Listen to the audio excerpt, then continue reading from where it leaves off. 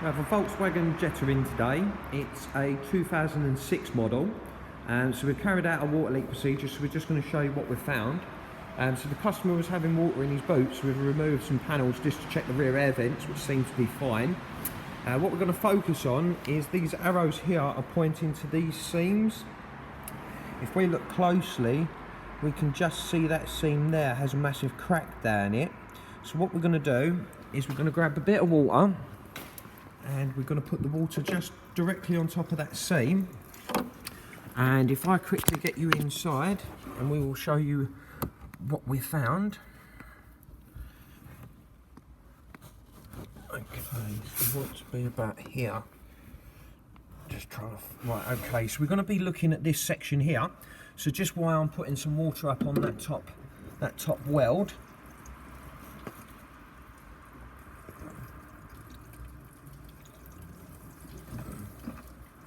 Okay, so we can see that there's water running down inside the box section, and we can see that obviously there's water starting to arise here. So that would be the passenger side, and if we just bring you over to the driver's side, and on the driver's side, same thing again, we're going to focus on this area, so you can see that it's cracked here. So we're going to apply some water, and then what we're going to do is see what it does on the inside. It's not leaking as bad as the passenger side, but this one is leaking too.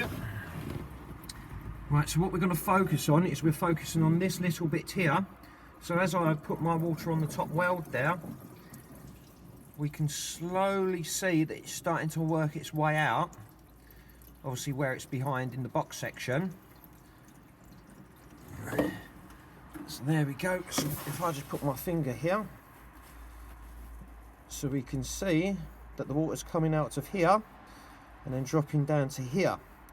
And then obviously the result of that is filling up this panel behind here, which is obviously this cover goes onto, and what it's actually doing is it's just making the bottom of these covers wet under here. And if I can just get you in there to show you.